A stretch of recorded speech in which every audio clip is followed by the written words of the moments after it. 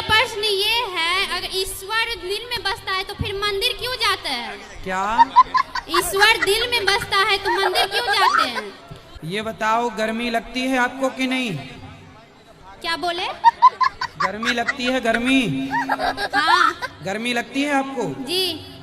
तो आपको जब गर्मी लगती है तो क्या करते हो? पंखा चलाते हैं, एसी में रहते हैं। एसी में रहते हो? तो हवा तो सब जगह है, फिर एसी के सामने क्यों रहना है आपको? क्या बोले? हवा तो सब जगह है, जी। फिर हवा तो सब जगह है, पर कूलर और पंखा और एसी के सामने क्यों? गर्मी पाथर पूजे हरि मिले तो मैं पूजू पहाड़, और तासे तो चकिया भली पीस खाए संसार। अगर पत्थर की मूर्ति की पूजा करने से हमें भगवान की प्राप्ति हो रही है तो कबीर साहब ने कहा है कि हम पूरा पहाड़ पूजने के लिए तैयार। क्या नाम है आपका, कहाँ से हैं आप? नमस्कार सर, मैं जी सागर जिला से हूँ। क्या नाम है सर आपका? मेरा नाम मनीराम। क्या कहना चाहोगे सर आप? मैं ये कहना चाहूँगा कि यहाँ पे जो मैं आया हूँ ना, पता नहीं क्या नाम बता रहे थे गुरु जी का, संत रामपाल जी महाराज, उनके आश्रम में आए हुए हैं। तो ये लोग, इनके शिष्य जो है ना, मूर्ति पूजा नहीं करते यार। मेरे को समझ में ये सब कुछ आया नहीं है सर। क्योंकि मूर्ति पूजा करनी चाहिए आपके हिसाब से? हाँ बिल्कुल करना चाहिए। हाँ, मूर्ति पूजा यार कहाँ नहीं होती है। आप खुद एक मीडिया हो, आपको खुद पता होना चाहिए कि कहाँ नहीं होती मूर्ति पूजा। विदेश में भी देख लो, वहाँ भी मूर्ति पूजा होती है, पर ये समझ में नहीं आया कि ये कहाँ से कैसे बोल रहा है मूर्ति पूजा नहीं की जाती। किसने बताया आपको कि मूर्ति पूजा करनी चाहिए? आचार्य हमारे गुरु है ना, वो बोलते हैं। तो देखिए सर, इन लोगों का कहना है कि इनके जो गुरुजी हैं वो कहते हैं कि मूर्ति पूजा करनी चाहिए, लेकिन आपके गुरुजी कहते हैं कि मूर्ति पूजा नहीं करनी चाहिए। तो इसके पीछे क्या कारण है? सबसे पहले आप अपना परिचय दीजिए।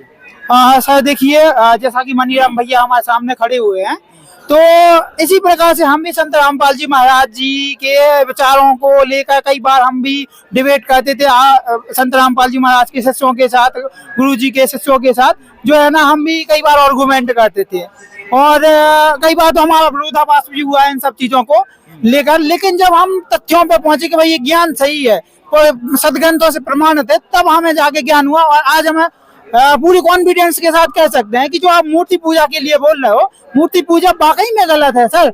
आप खुद सोचिए कि अगर आप एक गाय पाले हुए हो, समझना मेरी बात को, मनीराम भैया कहाँ सोच रहे हो आप, सुनो इस बात को, कि मैं अगर एक गाय या भैंस पाले हुआ हूँ और मैं उससे दूध लगा रहा हूँ और उसको डेयरी पे दे रहा हूँ, तो मेरे परिवार का भरण पोषण हो रहा है प्रॉपर वे में। मतलब हम लोग घी भी ले रहे हैं, सब कुछ उससे प्रोवाइड कर रही है वो गाय या भैंस, ठीक है। लेकिन अगर मैं उसकी जगह पे कि किसी पत्थर की एक मूर्ति बना के, गाय की या भैंस की मूर्ति बना के, और उसके सामने अगरबत्ती घुमाता रहूं, उसके सामने चारा रखता रहूं, या उसके सामने बाल्टी लेके बैठ जाऊं उसको धोने के लिए, उसको मतलब दूध निकालने के लिए बैठ जाऊं, तो क्या पॉसिबल है कि हमारे घर का परिवार का भरण पोषण आसानी से हो जाएगा? आप ये बताइए। तो सर आपका क्या कहना है मूर्ति पूजा को लेकर? जैसा कि हमारे गुरु भाई ने जो बताया है कि मूर्ति पूजा का किसी भी शास्त्र में कोई भी प्रमाण नहीं है, यानी कि ये मूर्ति पूजा मनमाना आचरण है। और दूसरी बात के पूर्ण परमात्मा कबीर साहिब ने मूर्ति पूजा का पूरी तरीके से खंडन किया है। परमात्मा कबीर साहब की वाणी है कि पाथर पूजे हरि मिले तो मैं पूजू पहाड़, और तासे तो चकिया भली पीस खाए संसार। अगर पत्थर की मूर्ति की पूजा करने से हमें भगवान की प्राप्ति हो रही है तो कबीर साहब ने कहा है कि हम पूरा पहाड़ पूजने के लिए तैयार हैं। और अगर ये पॉसिबल नहीं है तो फिर पत्थर की पूजा ना करके हम उस चकिया की पूजा करें जिससे पूरा संसार पीस करके खा रहा है। तो ये शास्त्र विरुद्ध साधना है जिसको करने से कोई लाभ नहीं होता है। ये हमारे जो धर्मगुरु हैं, जो हमारी भोली वाली जनता को धर्म के नाम पर बेवकूफ बनाने का काम कर रहे हैं, धर्म के नाम पर धंधा कर रहे हैं, अपनी जेबें गर्म कर रहे हैं। और ये भोले भाले लोग उन पर इतने ज्यादा आसक्त हैं कि आंखें मूंद करके विश्वास कर रहे हैं। बाकी मूर्ति पूजा शास्त्र विरुद्ध साधना है। मैं इनसे प्रार्थना करता हूँ हाथ जोड़ करके कि मूर्ति पूजा ना करें, इसमें ही आपकी भलाई है। सर अभी आपने कहा है कि मूर्ति पूजा जो आप बता रहे हैं कि पत्थर की मूर्ति ये लोग पूजा करते हैं, पत्थर की मूर्ति आप बोल रहे हैं, लेकिन ये तो उसे भगवान मानते हैं। आप इनकी सीधे सीधे भावनाओं को जो है आहत पहुंचा रहे हैं इनकी। देखिए, बता के मूर्ति को दास किसी की भावनाओं को आहत पहुंचाने का काम नहीं कर रहा है, लेकिन दास ये कहना चाहता है कि जो ये बोल रहे हैं कि भगवान है पत्थर की मूर्ति, तो पत्थर की मूर्ति कैसे भगवान है? जैसे पत्थर की मूर्ति किसी व्यक्ति ने बनाई, मनुष्य ने उस मूर्ति को बनाया और बनाने के बाद लीपा पोती कर दी, पेंट कर दिया और उसी व्यक्ति ने उसको मंदिर में रख दिया और फिर हम ही लोग उस मूर्ति की पूजा कर रहे हैं। उसकी पूजा करने से क्या लाभ है? क्या मूर्ति बोलती है कि तुम्हें क्या तकलीफ है, बताओ क्या किया जाए, बताओ कोई समस्या है, बताओ क्या मूर्ति बोलती है? लेकिन ये हम लोग अपने हिसाब से ये मनमाना आचरण कर रहे हैं। तो हमारी इन लोगों से प्रार्थना है कि आप लोग पढ़े लिखे हो, बुद्धिजीवी हो, तो आप लोग खुद विवेक लगाओ। मूर्ति की पूजा करने से कोई लाभ नहीं है। तो सर देखिए, इनका कहना है कि पत्थर की मूर्ति भगवान नहीं हो सकती है। अब आप लोग क्या कहना चाहेंगे? उसमें ये सर, उसमें प्राण प्रतिष्ठा होती है, जिससे मूर्ति विसर्जन होती है तो उसमें प्राण प्रतिष्ठा डाला जाता है, प्राण प्रतिष्ठा होती है, उसके बाद मूर्ति पूजा होती है। आप जो बोल रहे हो कि मूर्ति पेंटर द्वारा बनती है, लेकिन उसमें जब प्राण प्रतिष्ठा होती है तो मूर्ति पूजा हम करते हैं, भगवान बन जाता है हमारे लिए। लेकिन आप इस चीज को गलत बोल रहे हो। आप क्या कहना चाहोगे सर? देखिए सर, मैं भाई साहब से कहना चाहूँगा कि जो भैया ने बताया है वो बिल्कुल सही है। पेंट करते हैं, सब करते हैं, लेकिन इससे पहले हमारे इधर जो गंगा माई होती है, जो शुद्ध गंगा जल से उस मूर्ति को शुद्ध करते हैं और फिर मंत्रों द्वारा उस पर प्राण प्रतिष्ठा करते हैं, तब जाके मूर्ति विराजमान करते हैं, तब फिर वो भगवान कहला जाते हैं। तो देखिए सर, इनका कहना है कि इनके जो धर्मगुरु है वो वेद मंत्रों के द्वारा जो है मूर्ति में प्राण प्रतिष्ठा करते हैं, इसके बाद वो भगवान बन जाती है। अब आप क्या कहना चाहेंगे? हम इनसे ये कहना चाहते हैं कि पढ़े लिखे अगर इस धरती पे कोई मूर्ख है तो फिर यही लोग हैं। अभी इन्हीं ने कहा कि पत्थर की मूर्ति में पुजारी प्राण प्रतिष्ठा कर देता है, यानी कि पार डाल देता है। तो इस बात पे ये विचार करें कि पंडित जी इतने होशियार हो गए कि पत्थर की मूर्ति में प्राण डाल रहे। पत्थर की मूर्ति में प्राण डालना बहुत कठिन काम है। अगर इतने होशियार है कि पत्थर में प्राण डाले जा सकत, तो फिर कोई मर जाता है तो उसको जलाने के लिए क्यों ले जाते हैं? पंडित जी को बुलाओ और वेद मंत्र पढ़ाओ, उसको जीवित कर दो। क्या ये पॉसिबल है? अगर नहीं है तो ये सारी की सारी ये दंड कथाएं हैं, बेफिजूल की बातें हैं। पत्थर की मूर्तियों में ना प्राण डाले जा सकते हैं, ना पत्थर की मूर्ति बोलती है, और ना पत्थर की मूर्ति के सामने माथा टेकने के उनकी पूजा करने से कोई लाभ ना हुआ है, ना कभी हो सकता है। आप क्या कहना चाहेंगे सर? देखिए सर, हमारे संत रामपाल जी महाराज का उद्देश्य किसी भी की भावनाओं को, धार्मिक भावनाओं को आहत पहुंचाना नहीं होता है। हम केवल और केवल आप सभी को हमारे गुरुजी जो है वेद और शास्त्रों के अनुसार ज्ञान बताने की कोशिश करते हैं। जैसा कि हमारे सहयोगी भाई ने बताया कि भाई अगर इतने होशियार पंडित जी हैं तो आप किसी इंसान को जो मरणासन अवस्था में है उसके शरीर में प्राण डाल दीजिए। आखिर प्राण प्रतिष्ठा में जो पंडित जी लोग आते हैं उनको पैसा ही मिलता है, तब तो वो प्राण प्रतिष्ठा करते, कितना ज्यादा उनको जो है ना चढ़ावा मिलता है।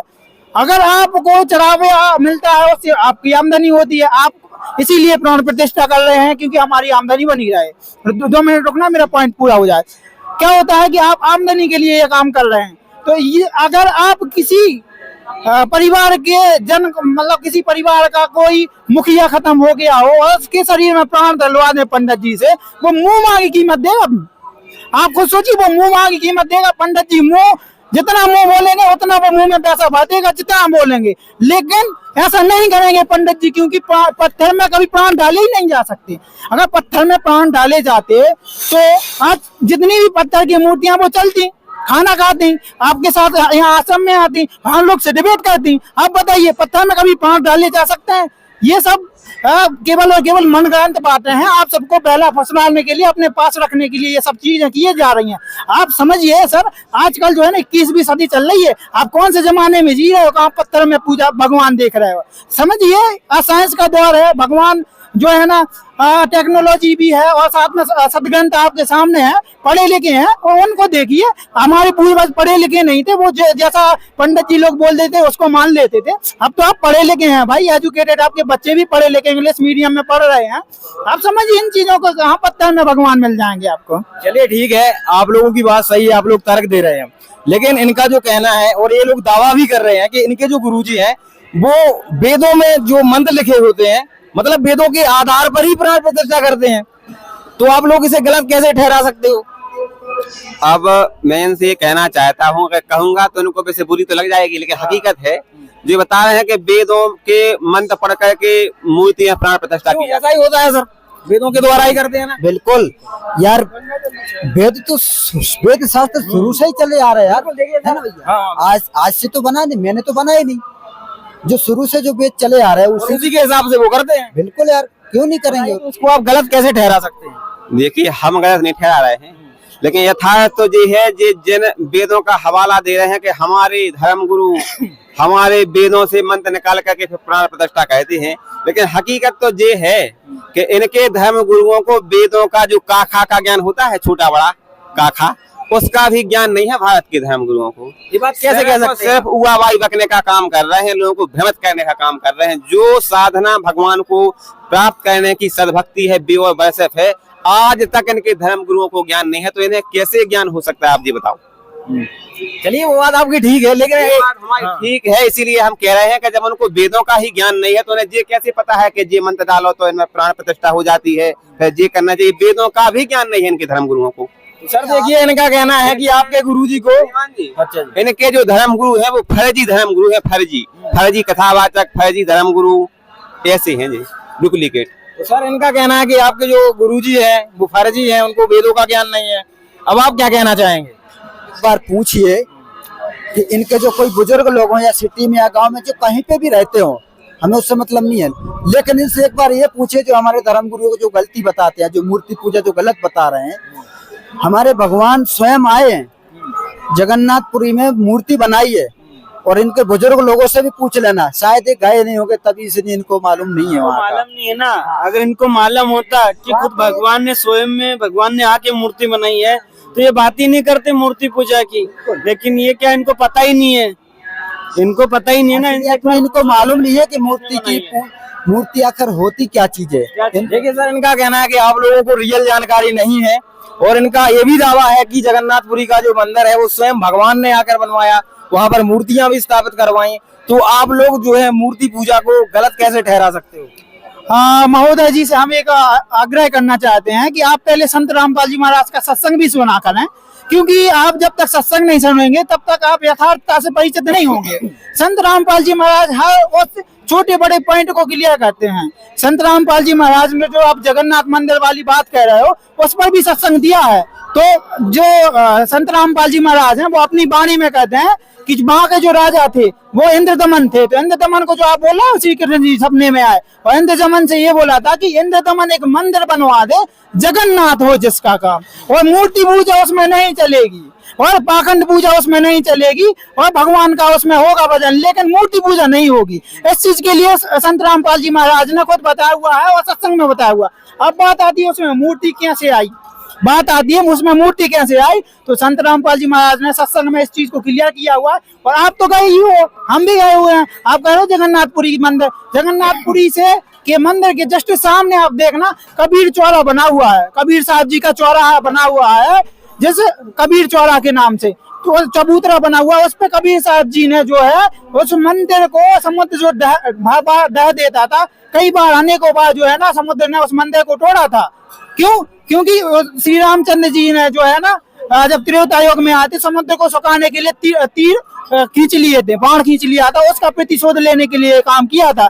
और उस मंदिर बनवाने के लिए कबीर साहब खुद आए, क्योंकि वहां पर पाखंड पूजा नहीं होनी थी, इसलिए मतलब कबीर साहब जी स्वयं वहां पर आए और उस मंदिर की स्थापना करवाई। अभी भी वो कबीर चौराहा है, और उसमें मूर्ति पूजा का जो सिद्धांत है वो कहाँ से आया कि मंदिर तो बना था, लेकिन उसी टाइम पे गोरखनाथ जी जो है समकालीन आए हुए थे और इंद्रदमन जी के यहाँ गए। जब इंद्रदमन जी के यहाँ गए कि आप मूर्ति क्यों नहीं बनवाए, मूर्ति बनवाओ, उसमें मूर्ति रखना है, और मूर्ति नहीं रखोगे तो क्या होता है, ये धर्मगुरु जो है वो एटम बॉम्ब की तरह होते हैं। अगर इनकी आप बात नहीं मानोगे तो बस फट स्वाहा, कुछ भी कर देते हैं, आपको शराब दे देंगे। आप शराब के तरह से जो है ना इंद्रदमन ने उसमें मूर्ति स्थापना करने की जो है ना सोची विचार किया।